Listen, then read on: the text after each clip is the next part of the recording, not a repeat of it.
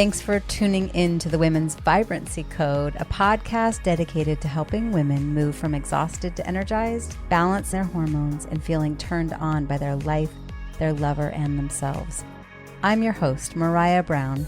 I'm a Yale and functional medicine trained women's health expert, midwife, mom, keynote speaker, and self-made entrepreneur. I'm the founder of my signature program, the Women's Vibrancy Code. So sit back, relax, and let's chat about your energy, hormones, libido, and embracing your feminine power. Oh, and you might want to have pen and paper to take some notes on some of these episodes.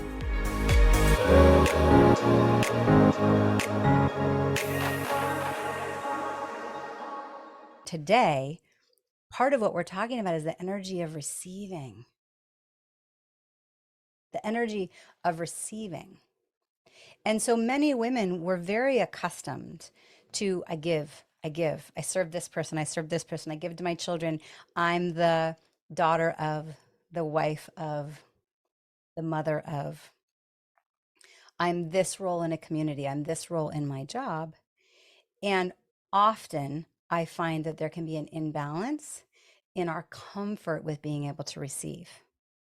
And sometimes that shows up in, like, I've offered up an application for a complimentary call. And some women, it's fascinating to me. They'll put things in the way of allowing themselves to receive. So if you just right now take a breath, feel your body. Okay. And just feel, I'm going to say some things out loud, and I want you to just feel what it feels like to be in this energy. You are receiving gifts. You are receiving accolades. You're beautiful. You're spectacular. You're so good at that. You look so beautiful today. And just feel how that feels in your body. Okay. You're receiving support. You're receiving saved time. You're receiving love from a partner, from a mother, from a father, from a child, from a friend. You're receiving a deep feeling of belonging. How do those feel in your body? You're receiving diamonds. You're receiving flowers. You're receiving someone else planning a date night, and it's completely out of your control. You just have to be ready at 7:30 tonight in a dress and comfortable, sexy shoes. And you don't know when you'll be home. And you simply get to receive. What about receiving a free ride to a private school? Receiving, here's a gifted employee for you that's going to do all these things that you're already doing. How do those feel in your body? And I'm curious, just put it in the chat. Put it in the chat. How do those feel for you? To just be in the energy of receiving. Where do you feel it in your body? It doesn't have to be an emotion. Where do you feel it in your body? And put it in the chat. Where do you feel it in your body? Where do you feel it in your body? What do you feel in your body?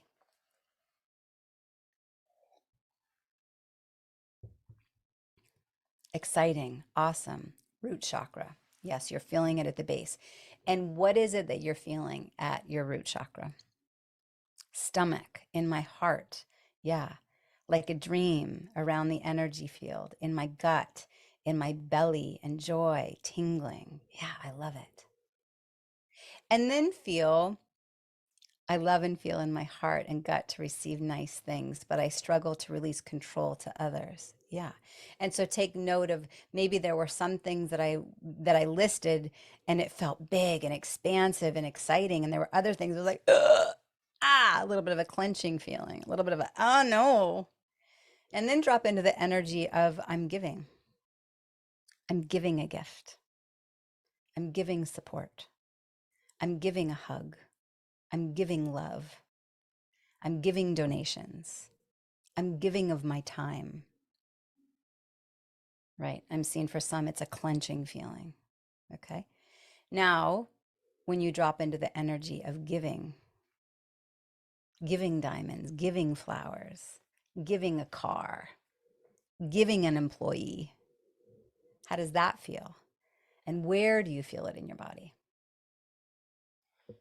Right. And so, Erica, rather than clenching, now it feels like warmth, natural, grounded, loving gratitude everywhere. Right. So now you're feeling it through your whole body. And so, I think that our body serves as a great messenger. Sometimes we might not know, is it is it fear? Is it martyrdom? Is it jealousy? Is it anger? Is it joy? Is it compassion? Like, I don't know how to put my finger on it, but I can identify where in my body do I feel it and what is it that I feel. Okay. This morning, my 9-year-old was so excited to give my 6-year-old her birthday present. For those that came on late, today is my 6-year-old's birthday. And she opened it and then got kind of distracted and was on to the next thing. And my 9-year-old's heart sank and I saw it in her. She felt sad. She had built up so much excitement that her sister was going to be overjoyed with the receiving of this. And it's like, when we're giving, how much are we attached to the way in which it's received? So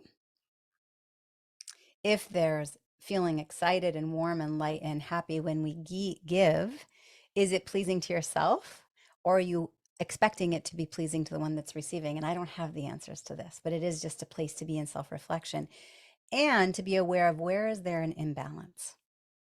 Where might there be an imbalance when I'm in the energy of giving and when I'm in the energy of receiving? And what many teachers and spiritual elders and healers that I have studied with have relayed to me, and I believe to be true, is that when there is an imbalance in that giving and receiving energy, that's when ailment shows up. That's when our thyroid crashes. That's when we have the heavy, bloated feeling. We can't lose the weight. We have excess water weight. We end up with things like cancer and depression and anxiety. Now, granted, there are lots of factors. Okay. It's not just this. Yes, we get to look at the right tests and your nutrition and your supplementation, but even your body's ability to receive the nutrients from the food that you're eating. We get to look at, how do I receive?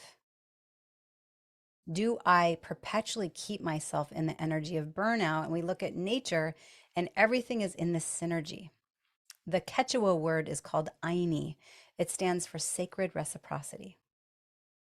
And so just if you acknowledge that there might be an imbalance, you noticed that something felt slightly out of whack, that the teeter-totter isn't at that midpoint, just put it in the chat.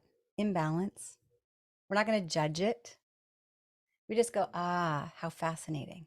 Imbalance. I can see how maybe I could do a little better at receiving, right? Imbalance, imbalance. Yes, Mandy. Yes, Nicole. Yes, Laura. Yes, Melinda. Yes, Marie. Yes, Susie. Yes, Linda. Imbalance. Easy to give, hard to receive. Yeah, that's very, very common. And so if you're an individual who tends to have trouble receiving, you won't allow it to come into your space. So then once again, I talked earlier about stating the intention and then paying attention.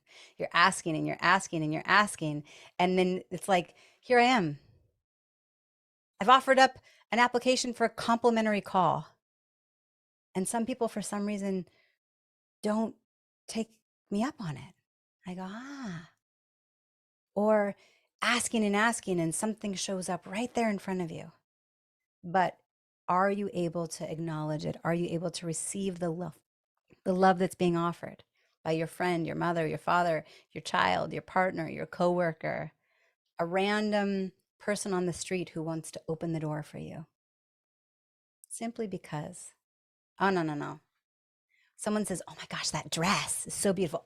This thing versus thank you.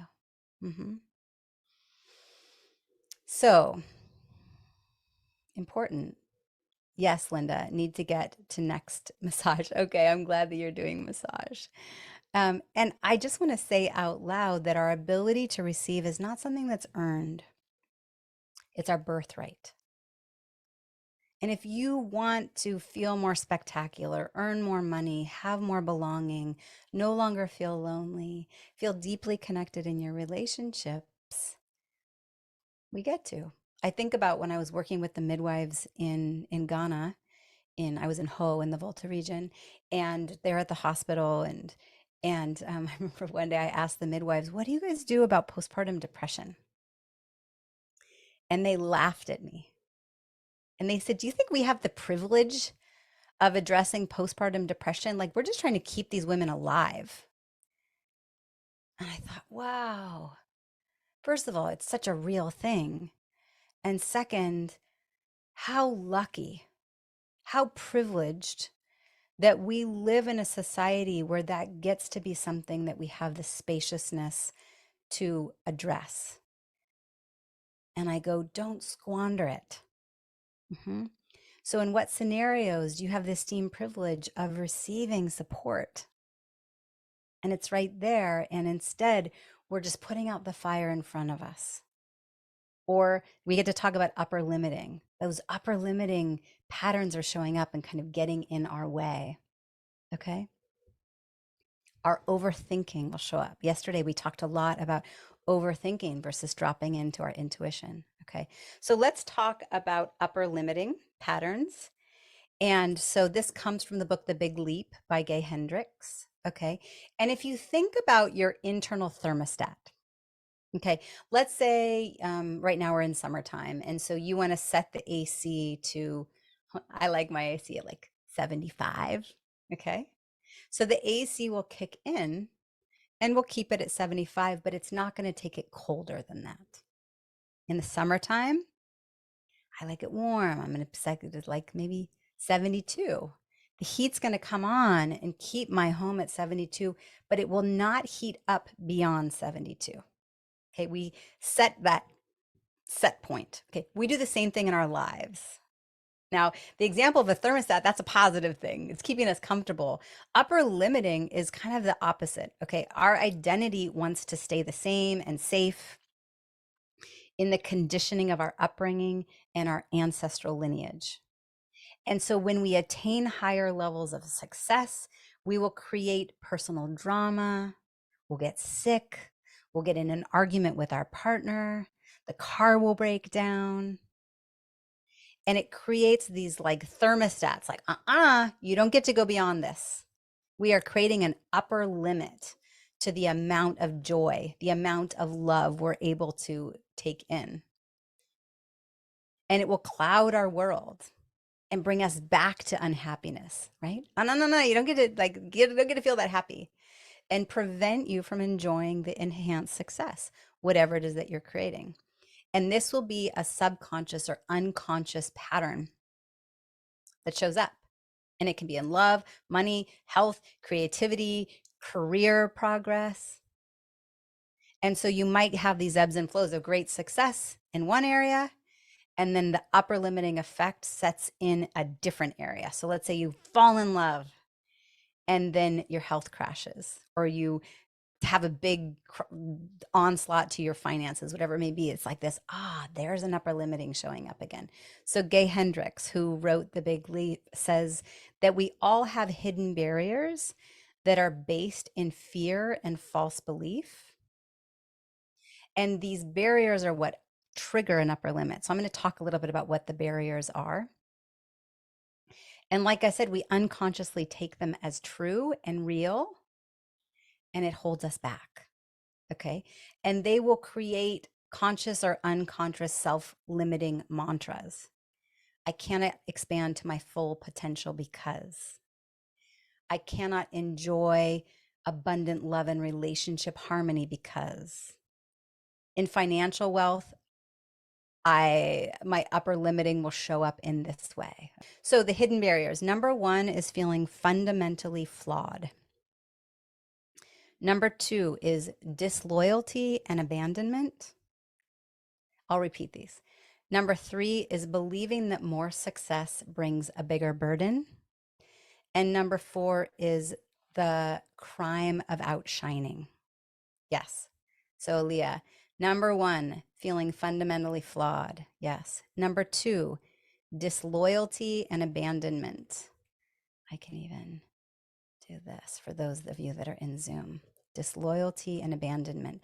Number 3, believing that more success brings an even bigger burden. And number 4, the crime of outshining. Okay, and let's dig into these a little bit.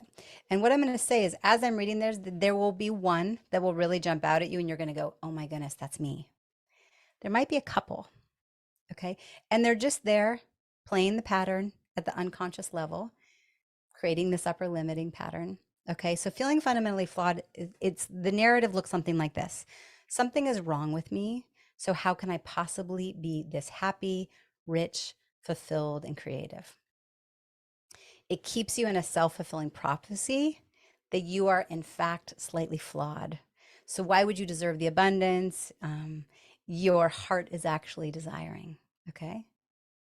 If this is a barrier, you will even question your own genius and stay in your zone of excellence rather than your zone of genius. Okay. You'll think your genius is flawed.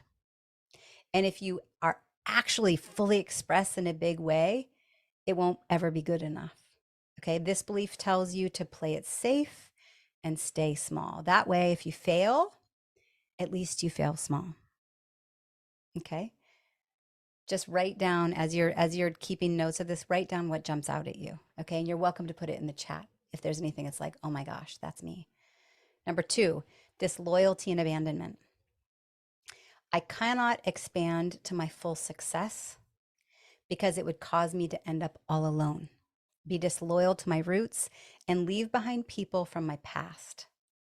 What if my partner doesn't meet me? What if my children feel betrayed because I'm a new person in their eyes, not the mom they knew? I'm failing to meet the expectations my parents had of me. My family raised me to be grateful, not ask for more, do what I was told. Okay. So, can you see how for some it's overthinking? And for some, they struggle with receiving. And for others, it's this subconscious hidden barrier. And for most of us, it's all the above. Okay. So, for this barrier in particular, the disloyalty and abandonment, the barrier leads to guilt as you transform into a new version of you and actually break through the upper limit and change. So you hold yourself back. Okay. You might feel like your quest for fulfillment is at the cost of others, at the cost of your roots. And you question if it means you are being disloyal to those who you love. Okay. A stay-at-home mom wanting to do other things. The guilt you feel makes you put on the brakes, holding yourself back from the ultimate success, and also keeps you from feeling the happiness and fulfillment from the success you already have. Whitney says, I so relate to that one. Susie, I worry too much, upsetting others or trading to someone else's toes. Yeah, treading on someone else's toes. Yeah. Okay, number 3, believing that more success brings a bigger burden. I can't expand to my highest potential because I'd be an even bigger burden than I am now. Okay. Often someone who this is the hidden barrier that's really showing up in their upper limiting is they feel like a burden to their family. Your success took more of their time. Maybe you were the shining star in sports and your siblings didn't get as much. Your exploration of your passion took their money, your parents' money and effort. And did you feel you took away from your siblings because you were so good at XYZ? Okay. Your achievement at work created more competition with friends. Your athletic activity felt unfair to others. Your ease at creating success felt like it showed others they were unworthy. And that was the thinking, that was the feeling. And can you wake up and realize that most of the guilt you feel was from crimes that you did not actually commit? It gives me chills when I say that out loud. Let me say it again. Wake up and realize that most of the guilt you feel was from crimes you didn't actually commit. Okay, last barrier is the crime of outshining. I must not expand to my full success, because if I did, I would outshine whomever. And I'd make him or her look or feel bad. Okay, don't shine too much, or you'll make others feel bad, look bad. You'll steal their attention. So often you turn down the volume on your genius so you don't feel threatened, and you shine brightly, but turn down the volume of your enjoyment of it. Okay, if you can appear to be suffering, you can get empathy and sympathy from others instead of jealousy. Okay, so just think through, okay, what do I prioritize? Am I prioritizing myself from yesterday? How do I receive from today? How am I upper limiting? And which of these hidden barriers is kind of getting in my way? Okay. And where is there potentially a misalignment with I'm saying I want this thing, and am I really showing up? Our self-worth will step in and will tolerate exhaustion, feeling alone, feeling trapped in our body, our life, our relationships. Will stay in scenarios for way too long. What we see as possible, what we aspire to, what we allow ourselves to dream. We'll give. We'll tolerate shame and guilt. I'll be flexible, but I won't fill up my own cup, right? Some of us get caught up in comparisonitis. Compare myself to that person. Show up on, like, do the scroll. Oh, that person has more likes than I do. Does it really matter? Am I coming from a place of my energy is important, and I'm important, and I'm valid? And to be able to take a leap of faith. Like, I remember when I hired my first coach at 60K. I think I already told that story. I think, okay, right now I'm thinking of another story. My coach that I currently have, I pay $5,000 a month right now for one of the coaches. I'm part of a mastermind that's more, but it's not even about the money. It's about, I know I add value. I know that when I invest in something, it's coming from a place of, I'm worthy of this. I'm worthy of feeling spectacular. I'm worthy of having big dreams.